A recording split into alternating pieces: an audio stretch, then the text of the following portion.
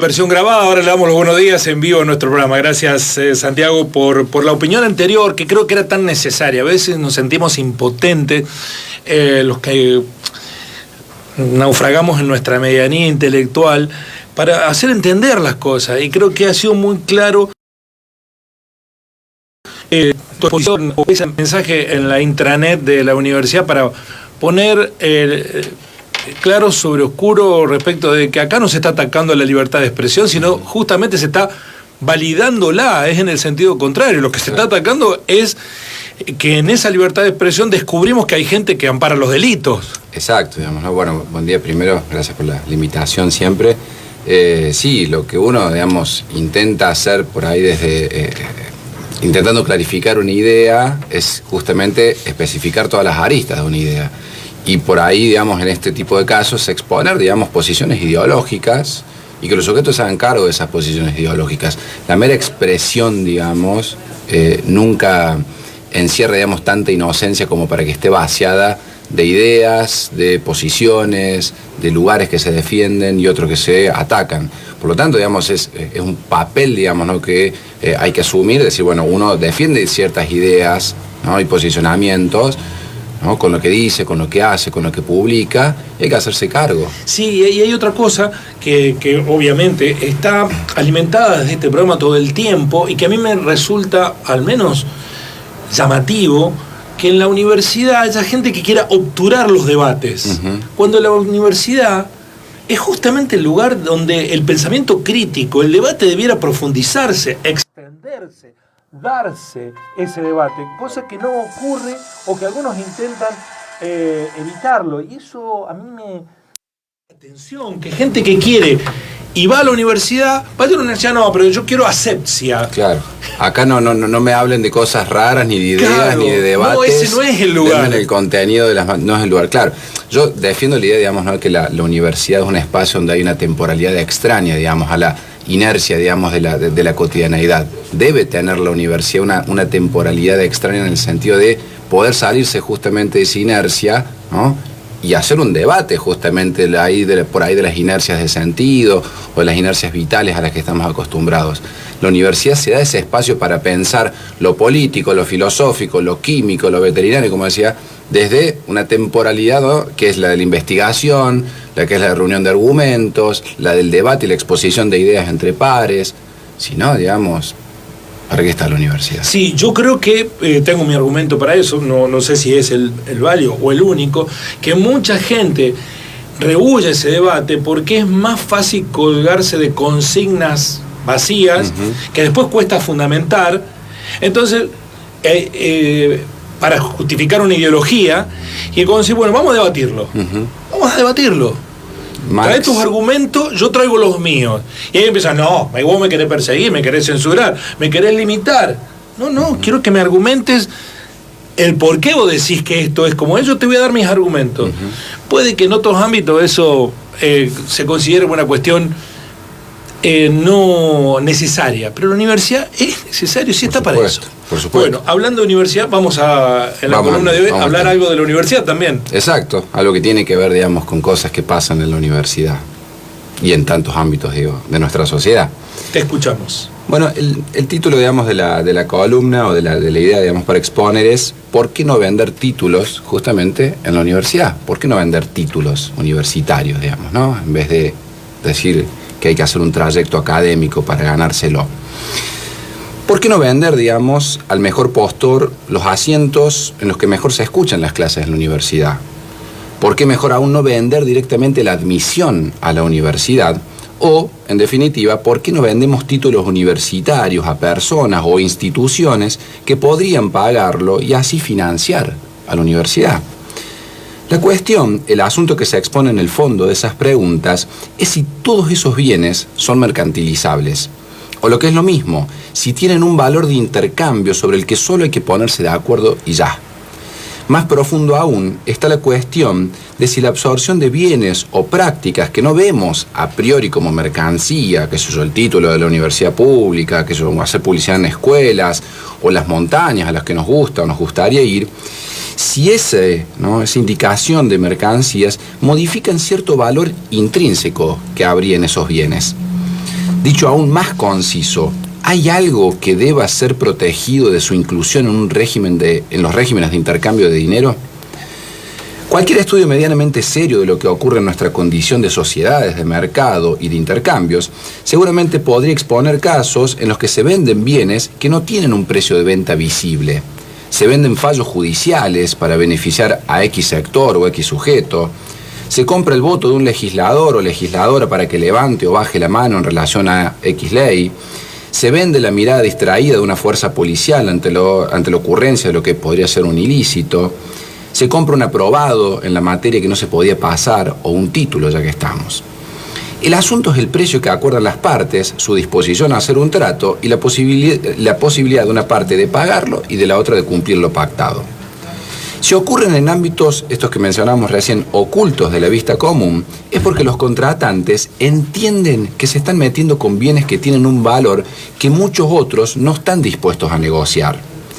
Muchos y muchas entienden que la filiación de ciertos bienes, por ejemplo los derechos, las leyes, las virtudes cívicas o la obtención de un título universitario, es decir, ceder esos bienes a la capacidad de pago es o significa la imposición de un criterio de injusticia respecto a todos aquellos que están en una posición asimétrica, es decir, que no pueden o podrían alcanzar lo que hay que pagar. Pero todavía un poco más profundo, ponerle precio a ciertos bienes supondría una degradación de los mismos. Vamos por parte. Kenneth Arrow, un economista de la llamada escuela neoclásica, un economista neoliberal, es decir, cuando se dice neoclásico hay que decir, bueno, es neoliberal. Los economistas clásicos eran liberales, neoclásicos son por lo general economistas neoliberales. Kenneth Arrow sostenía la existencia de dos principios respecto a la fe en los mercados y la inclusión de los bienes o de la totalidad de los bienes en este. En primer lugar, él dice, la comercialización de una actividad no cambia su valoración social, como por caso una virtud cívica o una acción de don, como donar sangre. Es decir, según Arrow, un mercado de sangre o de riñones no alteraría el significado de su donación, que seguiría siendo para él un acto valioso en sí mismo. En segundo, sostiene, el comportamiento ético es también o debe medirse como una mercancía que hay que economizar. Según él, el altruismo y la solidaridad son bienes escasos que tenemos los humanos y que disminuyen por el uso, ¿no? Por lo tanto, hay que hacer como una economía, digamos, también de la ética, de la solidaridad. Lo que sostiene Arrow, en definitiva, serviría para dar soporte a las lógicas de la mercantilización plena de los actos humanos, algo que de hecho viene ocurriendo sin freno. Michael Sandel, un filósofo norteamericano, analiza en detalle este fenómeno en un libro titulado Lo que el dinero no puede comprar. Uno de los ejemplos que utiliza para ilustrar este avance es el crecimiento de las prácticas de regalo. Es decir, regalar dinero o las llamadas gift card o las tarjetas de regalo, ¿no?, en lugar de cosas. Esta práctica, en apariencia banal, fue objeto de una discusión entre economistas en los años 80 y los años 90. El argumento es que el regalo de dinero hace mucho más eficiente el regalo, ya que no compromete a quien lo recibe a que le guste lo que le regalan, así como que también relaja la preocupación sobre qué le gustará, el ponerse a pensar qué le gustará a quien va a hacer el regalo. Claro que ahora que tendremos otras dos cuestiones, ¿no?, si regalamos dinero o una tarjeta, digamos, de regalo. ¿Cuánto vale para nosotros esa persona a la que le regalaremos dinero? Es decir, exponemos una valorización monetaria del afecto. Pero supongamos que ponemos una buena suma, ¿no?, por lo cual el regalado o la regalada no va a dudar de que nos importa, ¿sí?, y que por tanto se puede comprar lo que quiera sin andar pichuleando, digámoslo así. ¿No hay en esta práctica la degradación o el reemplazo de un modo del afecto por un criterio mercantilizado? La extensión de la mercantilización de bienes no se restringe, por supuesto, a los regalos. Se puede hablar, por ejemplo, de los cupos de contaminación o de los cupos de refugiados. ¿Qué es esto? En base a ciertos acuerdos climáticos y humanitarios firmados por distintos estados, los estados se comprometen a reducir las emisiones contaminantes, ¿no?, o permitir el ingreso de X cantidad de refugiados por distintas causas. Lo que ha ocurrido con esas buenas intenciones es que ahora se ha abierto un mercado por el cual los países, algunos los que no se desarrollan con el subdesarrollo del resto, compran a otros lo que le falta o lo que han disminuido en sus emanaciones de dióxido de carbono, por ejemplo, lo que han disminuido antes del límite, ¿sí? Porque de pasar ese límite se imponen sanciones económicas y esos otros países desarrollados compran esos que le faltan o que disminuyeron esos países, ¿no? Para extender sus propios límites. Eso lo ha habilitado, digamos, el mercado de venta, digamos, de contaminación sería, ¿no? De igual modo, los cupos de refugiados son vendidos por los países por los países menos desarrollados a los más desarrollados, ¿sí? Que quieren deshacerse de esas presencias indeseables por unos pocos dólares. Entonces, otra vez la pregunta, ¿la comercialización de una actividad no cambia a la misma, como decía el economista Arrow? En un mercado de sangre, donarla no estaría prohibido, pero se podría imputar que la donación privaría a personas del dinero que necesitan, ¿no? Vendiendo y que canjearían por su sangre. Entonces, de pronto, el altruista se convertiría en un mal ejemplo, tanto para esa práctica concreta como para lo que hace virtuosa una comunidad. De allí que los actores sociales deberían entonces medir su solidaridad y no andar derrochándola porque es mal visto o que sería mal visto por el resto de una sociedad mercantilizada, sea donar sangre o cumplir con los derechos humanos por parte de un Estado. Sandel sostiene que hay dos argumentos u objeciones que oponerle a la mercantilización total de los bienes humanos. De un lado está la objeción de justicia, esa que mencionábamos respecto a quién puede qué, es decir, que la venta de un título o de un derecho es injusto respecto a aquellos que no tienen con qué pagar o con qué oponerse a un chantaje mercantil. Plata, por ejemplo, a cambio de tu sangre. Si no estás necesitado, es difícil que te opongas a ese chantaje. Según ese argumento, el consentimiento no puede ser libre, ya que está afectada la capacidad negociadora de los sujetos. El asunto, dice Sandel, es que este solo argumento no objeta la mercantilización de bienes, títulos, sangre, derechos, en una sociedad en la cual las condiciones fueran supuestamente justas, es decir, en el caso súper hipotético en el cual los sujetos pudieran, digamos, no tener la necesidad de venderlo, pero quieren venderlo, ¿no? En esas sociedades ideales que por ahí imaginen que son algunos libertarios, digamos, esas sociedades, digamos, falaces, inexistentes, ¿no? La otra parte del argumento, dice Sandel, debería ser la objeción de corrupción. En el caso de la universidad, por ejemplo, se postula que esta institución no es ni debe ser apenas una institución mercantil, sino que la atraviesen ideales como la búsqueda de la verdad, la investigación, la enseñanza y el aprendizaje, los valores cívicos, la defensa de los derechos humanos. Igual con prácticas que se vuelven bienes morales y que valoramos por fuera de su mercantilización como la donación o la protección del necesitado o necesitada. Es decir, la objeción de corrupción a la mercantilización total apela al significado moral de ciertos bienes y a la degradación que supone someterlos al mercado. La pregunta que queda, que dejaría, es: ¿hay normas, bienes, ideales que deben o merecen ser preservados del mercado? Preguntarnos por el lugar del mercado en nuestras sociedades parece como urgente, ¿no? Sandel sugiere que vivimos en sociedades palquificadas. Una palquificación de la vida, dice, ¿no? Es una utilización de un sustantivo, que lo que está diciendo es que nuestras sociedades se dividen y se separan según quienes pueden pagar los palcos, ¿no?, de nuestras sociedades y el resto. Divididos esos espacios abismalmente y sin contacto posible. Ahora bien, ¿cómo pensamos la democracia si no hay vida común? Si hay sujetos en el palco, ¿no?, una minoría, digamos, que vive en ciertos palcos de nuestras sociedades y el resto en donde puede. ¿Cómo se piensa la democracia sin esa vida común si no se participa de los mismos regímenes de vida? Preguntarnos por el mercado y por su lugar nos lleva a la pregunta sobre el significado y la finalidad de los bienes y los valores que los gobiernan. En definitiva, nos lleva a la concepción de vida buena. Si descubrimos que hay bienes y valores que queremos cuidar del mercado, debemos entender que eso ya se está jugando, ¿no?, querramos o no, lo sepamos o no, y que su defensa, que la defensa, ¿no?, de esos lugares exige cierta resistencia. Es decir, hay que pensar lo que los humanos valoramos más allá del mercado o simplemente pensar que es el criterio el que define en definitiva lo que es ser humano. Es muy difícil, la universidad pública tiene los cantos de sirena de salir a competir al mercado, ¿no?, todo el tiempo. Exacto. Porque está el desarrollo de la universidad privada que se supone le come los talones.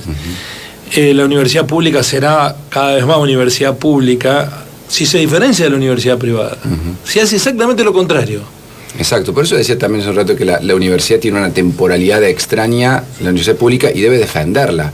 Es decir, de no someterse a las inercias del mercado, de no someterse a las inercias del mercado. Cuando digo mercado, entendemos que me refiero al mercado, digamos, capitalista, egoísta, individualista y financiero, digamos, ¿no? Que hace que la vida justamente tiende a dividirse entre los que pueden alcanzar ciertos palcos y el resto, ¿no? Porque mercado siempre ha habido en la historia de la humanidad. Es particularmente la sociedad de mercado neoliberal, financiera, egoísta, individualizante, la que a mí me preocupa y de la cual la universidad, digamos, ¿no?, pública, debe marcar esa temporalidad extraña para pensar procesos justamente en la cual en las sociedades esas palquificadas, ¿sí?, justamente todos aquellos que no participan de esos privilegios no solamente participen, sino que pueda pensarse una vida común en base a ciertos criterios de justicia, ¿no?, que la vida en el mercado capitalista, neoliberal y financiero no piensa.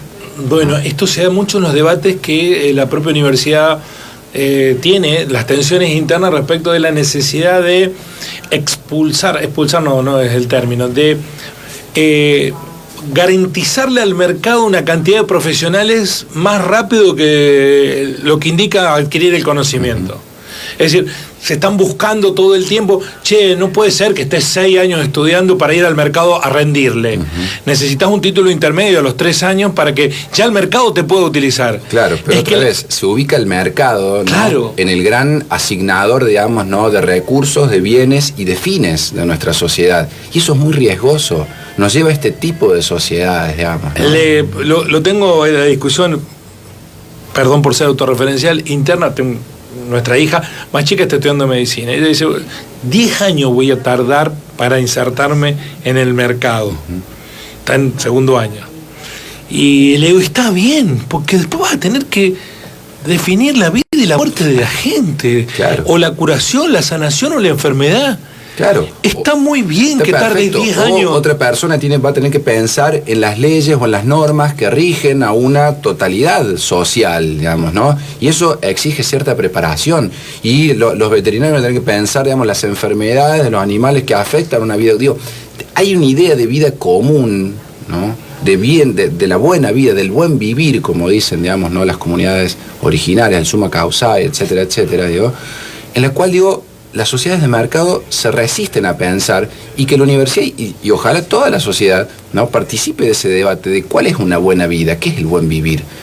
El buen vivir, digamos, es someterse a los imperativos, digamos, del mercado, de ese mercado, digamos, ¿no?, que pulveriza sujetos, digamos, ¿no?, en parte de una maquinaria, digamos, a la cual le extrae valor, le extrae trabajo, le extrae vitalidad. Eso es el buen vivir. Parece que la universidad pública, digamos, es o debe ser siempre una sostenedora, digamos, de ciertos fines que no están asociadas a las inercias, ¿no?, de esa sociedad de mercado. El resto de la sociedad también debe participar, porque el resto de la sociedad tiene derecho a lo que sale de la universidad pública. No es que todos, además de tener el derecho de ser potencialmente estudiantes, ¿no?, o docentes o trabajadores de la universidad pública, ¿sí?, además de ese derecho individual, hay un derecho colectivo, de que es que toda la sociedad se tiene que beneficiar de lo que ocurre en la universidad pública. Gracias, Santi. Lujazo del programa contar con las opiniones de los filósofos cada miércoles. El valor agregado que tenemos el orgullo de contar en la mañana. Gracias, Santiago. Hasta la próxima. Hasta la próxima.